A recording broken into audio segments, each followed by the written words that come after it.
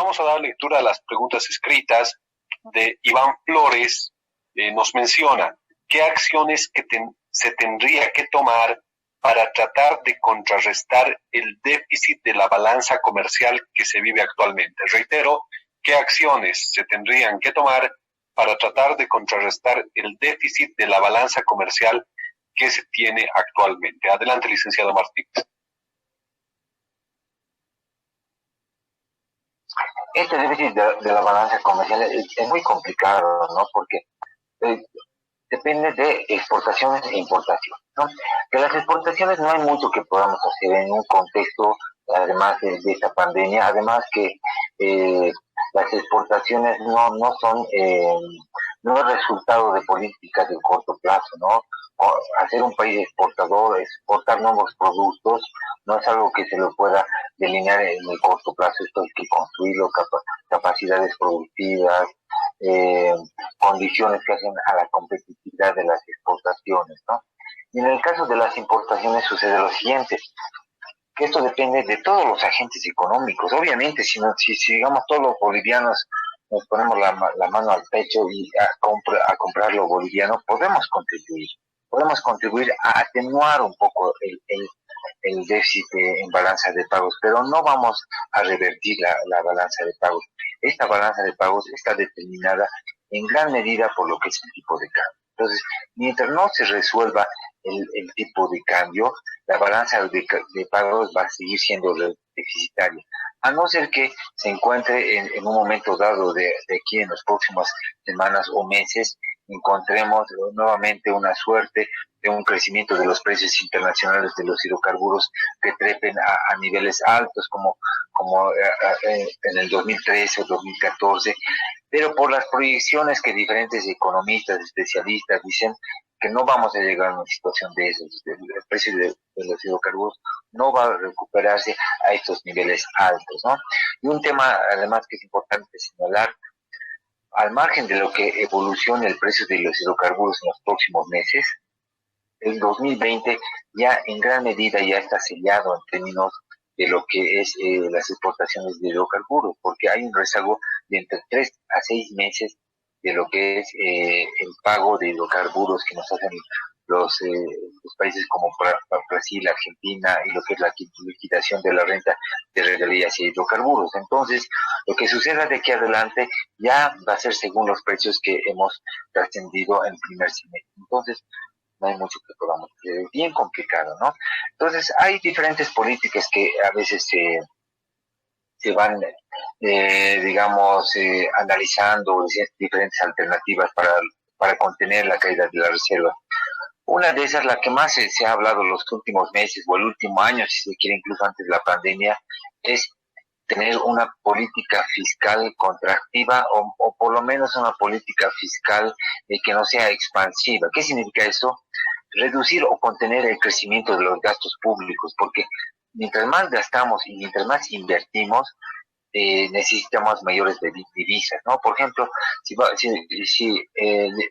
nosotros nos programamos o nos ponemos como meta una inversión pública de nivel récord, eh, ¿qué es lo que sucede? Para invertir necesitamos maquinaria, necesitamos equipos, necesitamos capital, necesitamos insumos, muchos de los cuales no producimos en Bolivia.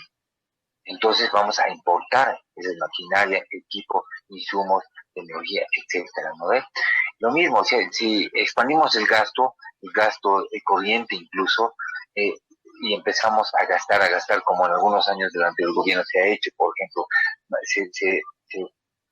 eh, se metía mucha liquidez a la economía a través del gasto de inversión, por ejemplo, doble aguinaldo, para dar un ejemplo. Entonces todo el mundo empieza a comprar y en eso, perdón, no es coronavirus, pero es un resfrío. Si todos empezamos a comprar más, a expandir el gasto personal, también afectamos a las reservas internacionales. ¿Por qué? Porque todos nosotros tenemos dentro de nuestra canasta de gastos, no solamente vamos a comprar productos nacionales, porque también compramos cosas que no producimos, desde cosas básicas, ¿no? Desde bolígrafos, ropa, también comida, medicamentos, etcétera, que son importados. Lamentablemente es así. Gran parte de las cosas que consumimos no son producidas en nuestro país, sino son importadas. Entonces, una de las recetas que siempre se ha dado es contener el crecimiento del gasto, es decir, tener una política fiscal contractiva, o al menos no expansiva, o sea, no gastar mucho. Pero ¿qué es lo que pasa? El coronavirus nos pone en la otra situación. Actualmente, la mayoría de las propuestas de políticas que han hecho diferentes economistas, especialistas o instituciones es que para reactivar la economía tengamos que gastar más. O sea, incorporar un nuevo combustible de la economía a través del gasto público y la inversión, inyectar recursos a la economía. Esa es una de las recetas para el coronavirus. Entonces, estamos en una disyuntiva. O salimos de esta recesión, de esta crisis del coronavirus, pero nos gastamos nuestras reservas, o contenemos la caída de las reservas. Entonces, por eso que este problema de haber congelado el tipo de cambio está haciendo tanto daño a la economía actualmente, ¿no? Entonces, nosotros lo que hemos dicho ya los últimos años es que hay que revisar la política cambiaria en nuestro país, ¿no? Obviamente eso va a traer consecuencias, va a traer, digamos, expectativas negativas en la población, va a traer desajustes económicos en ese momento, pero en el largo plazo hay que hacerlo. Nosotros lo que decimos es, habría que cambiar la pregunta, porque muchas veces se pregunta, ¿es conveniente liberar o descongelar el tipo de cambio, cambiar este tipo de cambio fijo en el momento actual? Y todos responden obviamente que no es conveniente flexibilizar el tipo de cambio, no es conveniente en este momento. Esa es la respuesta que dan todos, porque claro, si flexibilizamos el tipo de cambio, si devaluamos ya sea un centavo o hacemos una devaluación grande, va a tener afectación a la gente, la economía, va a ser realmente un gran problema. Pero si nosotros damos la vuelta a la pregunta y decimos, ¿es posible mantener el tipo de cambio? ¿Es posible contener la caída de las reservas con este tipo de cambio fijo y congelado? Y la respuesta es que muy probablemente es no, que no podemos contener.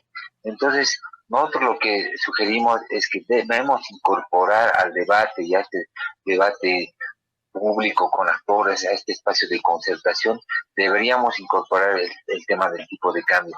Si no, no hay manera de contener la caída de las reservas. Y un último elemento, antes de que hagan la siguiente pregunta, que ya veo que están con el micrófono, es que también hay otros instrumentos de política económica que están utilizando otros países para proteger su economía, son políticas proteccionistas. ¿Qué significa esto? Que están implementando barreras al comercio internacional, o sea, están aumentando aranceles o están implementando prohibiciones en ciertos productos para la importación a sus países, ¿no? Entonces, varios países, incluso países desarrollados como Alemania, están implementando estas políticas proteccionistas, y en Bolivia también deberíamos discutir sobre esto.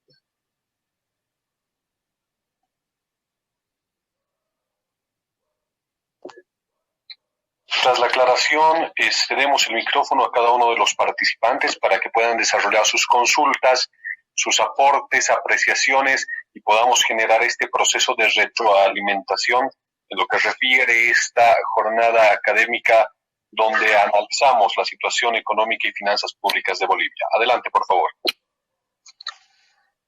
Buenas noches, saludarlo, una excelente participación del licenciado. Mi pregunta consiste en las últimas horas que tiene Bolivia, son 320 mil millones de dólares del Fondo Monetario Internacional y 50 mil millones de la CAF, motivo COVID, en la cual Bolivia ha accedido a estos préstamos del gobierno transitorio. Esto me baso en la fuente de página 7, en el boletín de página 7. Pero las condiciones del Fondo Monetario Internacional y la flexibilidad en el tipo de cambio hasta después de la pandemia. Luego se analiza la modificación del tipo de cambio de dólar. Estos condicionamientos, muchos le dicen que es peligroso. ¿Qué efectos tendrán? Hay muchos mencionan, habrá una devaluación de la moneda Otros hablan de una recesión económica muy parecido a lo que ha pasado en Argentina en la gestión pasada, el anterior gobierno actual, el anterior gobierno de Argentina con Macri. Vamos a llegar a esos niveles, a esos efectos llegará el país Bolivia. Gracias. Buenas noches.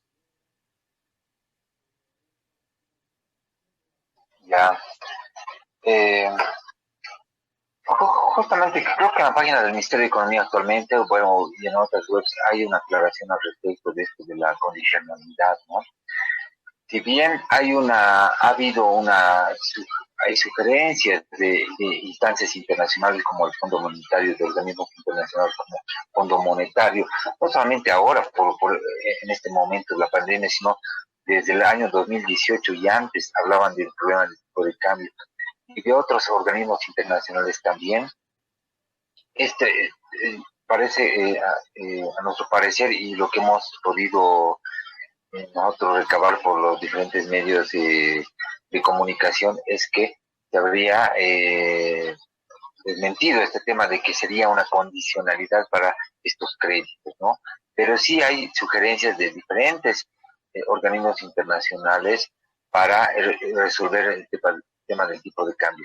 Nosotros, como Fundación Jubileo, mucho más antes de la pandemia, hace varios años que venimos hablando de este tema, hemos también sugerido que se debe flexibilizar el tipo de cambio, se debe resolver el tema de la política cambiaria en el país, hace muchos años en realidad, para que no lleguemos a una situación tan complicada. Entonces, creemos que es un tema que habría que separarlo un poco de, tal vez, de toda la connotación política que se tiene y de este tema con el Fondo Monetario también incluso, ¿no?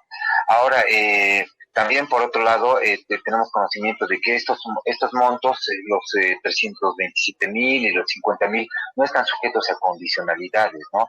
No son recursos con condicionalidades, ¿no? Entonces, en ese caso, creemos nosotros que no estamos en las condiciones como país de poder poner, tal vez, escoger a los diferentes acreedores que puedan contribuir a esta situación tan difícil por la que estamos atravesando. En este momento y a futuro, Bolivia va a atravesar por momentos muy, muy complejos, muy complicados desde el punto de vista económico, y creemos nosotros que tenemos que abordar estos momentos en el marco de la unidad, ¿no? Obviamente tenemos que buscar las mejores condiciones en términos de tasas de interés, de periodos de amortización, de los créditos que consigamos, etcétera. Es decir, las mejores condiciones, pero necesariamente vamos a tener que recurrir a fuentes de financiamiento externo para trascender este y los próximos momentos que al país se nos vienen, ¿no?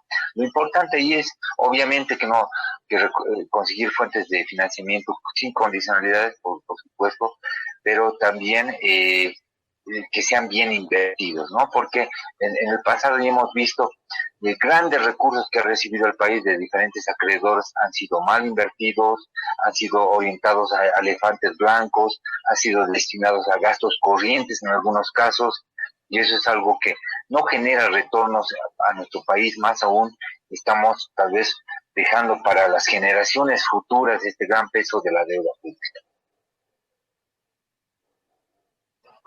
Muchas gracias.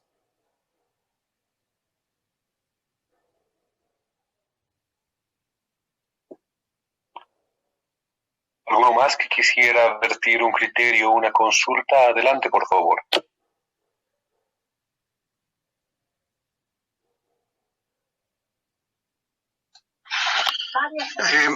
Bueno, me gustaría hacer una pregunta. Si me dejas, por favor, Jesús. Adelante, licenciado Feraudi, con todo gusto. Sí, quería pedirle al licenciado Martínez que nos dé un comentario sobre lo siguiente. Si vemos nosotros estos días, hay una gran demanda por comprar medicamentos que puedan de alguna manera resolver el problema del contagio, ¿no? Y esto ha ocasionado que esa gran demanda genere una subida de precios, pero muy fuerte de estos medicamentos principales, ¿no? Hay subidas de precios que no son solamente de un 10 o un 20%, hay subidas de precios de hasta de un 1000% podríamos decir. Y lógicamente esa subida de precios, yo quería preguntarle aquí, va a generar una inflación con seguridad, pero como contraparte está sucediendo algo que me parece interesante también, que la gente se está olvidando un poco de comprar, digamos, bienes que son en tiempos normales. Por ejemplo, una persona iba a comprar una prenda de vestir, asistía a restaurantes, a comer fuera de la casa, etcétera. Y esas actividades se han ido restringiendo, es decir, como han ido restringiéndose, han ido también en algunos bienes bajando los precios. Ahora, estamos en una etapa inflacionaria, licenciado Martínez, por esta subida de precios en términos de medicamentos fundamentalmente, y quizá unas modificaciones que se están dando en términos de bienes de consumo, especialmente alimentación, vestimenta. Ya. Sí, bueno, la definición de inflación es una subida de precios generalizada, ¿no? Entonces, en este caso, es algo particular que está sucediendo con los productos farmacéuticos, con todos estos temas para el coronavirus. Evidentemente ahí se está notando una elevación de precios, pero no es una inflación estrictamente como la definición, que es un nivel de crecimiento generalizado de los precios, ¿no? Porque como usted bien ha dicho, hay otros precios que en realidad no están subiendo, incluso están disminuyendo. Bueno, lo que sucede es que en este momento actual, y si vemos incluso la inflación del año pasado, que está por debajo del 2%, en momentos de desaceleración de la economía, en general no hay tantas presiones inflacionarias. Podríamos decir que la inflación está relativamente controlada, ha estado los últimos 2 años o 3 años, se podría decir, o más, ¿no? Entonces, eso es algo positivo por parte, pero en parte también es un resultado o es un efecto de esta desaceleración de la economía, ¿no? Que tenemos tal vez menos demanda que la que teníamos antes, por eso los precios no están subiendo, ¿no? Entonces, no estamos bajo riesgo de inflación en el actual momento. Sin embargo, si hay un momento en que llegamos a una situación de inestabilidad económica, incluso si se aborda este tema de solucionar pues, el tipo de cambio, esto produce inflación en la economía, claramente, ¿no? Porque la inflación está compuesta tanto de productos nacionales como importados. Entonces, es muy posible que a futuro se pueda dar, pero por el momento no estamos en una etapa inflacionaria, ¿no? Como usted ha dicho, ¿por qué también otros productos están disminuyendo de precio? Porque hay una contracción de la demanda, y es lo que ha sucedido, está sucediendo en todo el mundo. El coronavirus nos llega por parte de la oferta, de que, digamos, hay paralización incluso de fábricas y varias cosas, pero también por parte de la demanda. La gente está en su casa, está quedando en su casa, está saliendo menos o no está saliendo, está comprando menos o no está comprando. Además que esta crisis del coronavirus llega con unas expectativas bastante negativas para los agentes económicos como las personas, porque uno no sabe cuándo va a pasar esto, no sabe qué le viene. La gente está tratando de no gastar tanto, de ahorrar, porque está preveyendo, digamos, si es que cae en enfermedad que van a necesitar dinero, ese tipo de cosas, y se ha contraído lo que es la demanda, ¿no? Entonces esto también tiene ese otro efecto de que los precios o se han mantenido o no han subido. Entonces hay que ver cómo evoluciona este tema en adelante, pero por el momento no se tienen presiones inflacionarias.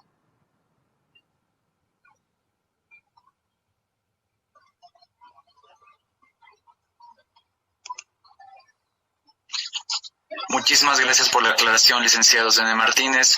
Vamos a continuar leyendo las preguntas que se han realizado mediante el chat.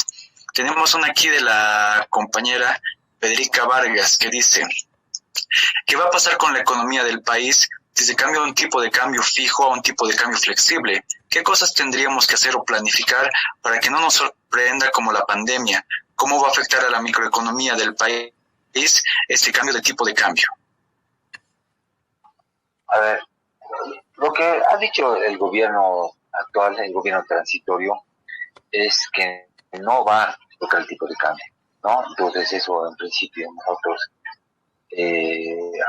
lo replicamos, ¿no? Lo que ellos han dicho, que no van a tocar por el momento el tipo de cambio. Mientras esté el gobierno de transición, al parecer no se va a mover el tipo de cambio, ¿no?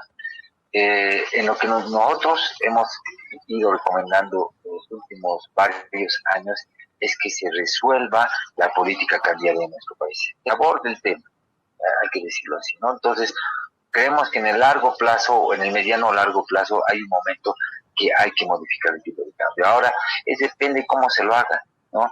Pues no somos partidarios de que se haga una devaluación, ¿no? Sino de que se toque el tipo de cambio cuando sea el momento, cuando hayan las condiciones, de manera gradual.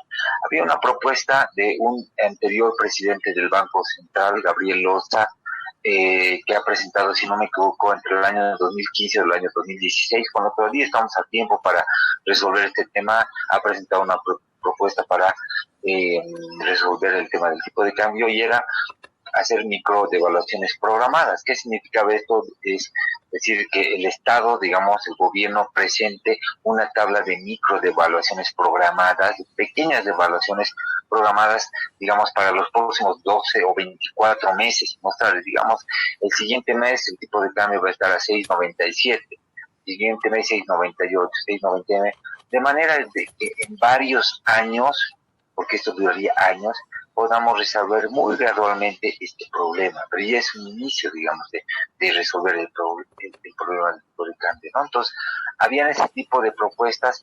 Sí, si hay la voluntad política en algún momento y hay un espacio de concertación que se pueda debatir esto, habrán que plantear opciones, ¿no? Esta era una opción que en su momento la planteó este economista, pero habrán que ver otro tipo de alternativas. Lo que nosotros creemos es que evidentemente el daño ya está hecho. El daño ya está hecho, ha sido el congelar el tipo de cambio y el no resolverlo entre el año 2015 y el año 2018, cuando todavía estábamos a tiempo, se podía resolver, pero el daño ahora ya está hecho. Ya no vamos a salir de esta situación sin mayor novedad, sin mayor problema, ¿no? Entonces, eso hay que decirlo muy claramente. Esa es una factura pendiente que ha dejado el anterior gobierno. Debían resolverlo los que han ocasionado, ya no están en situación de gobierno, y es algo que lamentablemente la población lo va a pagar. Peor es no hacer nada, porque digamos, si hay un momento que ojalá que no llegue, que en realidad no se resuelve el tipo de cambio y se acaban las reservas, es el momento en que uno ya va a ir al banco o al Banco Central al cambiar y ya no van a haber dólares. No estamos en ese momento y tampoco estamos cerca, no estamos diciendo eso. Es muy claramente que hay que mencionar que todavía hay reservas internacionales. Pero digamos, en un caso hipotético que se llegue a un agotamiento de las reservas, el tipo de cambio se va evaluar naturalmente, como ha ocurrido en otros países. Ya el mercado negro va a empezar a vender más caro porque ya no va a haber en el banco, y se devalúa automáticamente por el mercado negro, ¿no? Entonces esa ya es una situación bien compleja, bien complicada, que digamos lo ha vivido muchas veces en nuestro país de Argentina, se lo ha vivido aquí también en el pasado, hace muchos años. Tal vez ustedes no lo conocían, pero en el momento de la hiperinflación con seguridad han estudiado o han ido a hablar de eso. Entonces es un tema que desde nuestro punto de vista va a hacer más daño postergarlo que tocarlo actualmente. Pero el daño ya está hecho. O sea, no vamos a trascender esta situación sin mayor, si se quiere, problema o novedad, porque el daño ya está hecho. Esto genera, obviamente, expectativas en la gente, en los agentes económicos, ciertos desajustes. Es un hecho, pero hay que abordarlo en algún momento. Muchísimas gracias, licenciado, por su aclaración. Si alguno de los participantes quisiera tomar la palabra, el micrófono es suyo.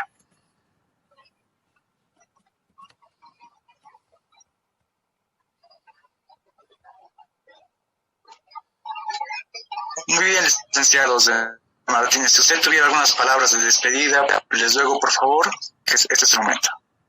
Bueno, como Fundación Jubileo constantemente estamos proporcionando información y análisis. Ustedes pueden visitar la página web. Estamos sacando algunos documentos en las semanas que vienen con relación a lo que es la disminución de los recursos de los presupuestos de las gobernaciones y municipios y del nivel central. También vamos a sacar información sobre la pues para este momento de esta crisis económica que el coronavirus ya ha activado y ha profundizado, ¿no? Entonces, el mensaje final viene de la siguiente manera. Nosotros consideramos que se vienen momentos muy difíciles que tal vez todavía no se están percibiendo en su totalidad desde el punto de vista económico. Necesitamos abordarlas como país en el marco de la unidad y de la concertación. Ya hace más de un año que venimos diciendo eso, que se deben abrir espacios de concertación para debatir y construir políticas públicas para estos momentos complicados que se vienen, principalmente políticas económicas, porque estamos, si quiere, ya al borde o en alto riesgo de que estas facturas pendientes que dejó el anterior gobierno causen daño a la economía, ¿no? Entonces se necesitan reformas importantes, se necesitan ajustes y se necesita la madurez de la población para de estos momentos, porque son momentos obviamente como ahora, como el coronavirus, que en el tema de salud nos ha tocado muy fuerte, que en el marco de la unidad estamos tratando lo mismo en el tema económico, ¿no? En adelante, en el post-coronavirus, ojalá estemos también así unidos para tratar de trascender estos difíciles momentos que el país le toca vivir. Vamos a dar lectura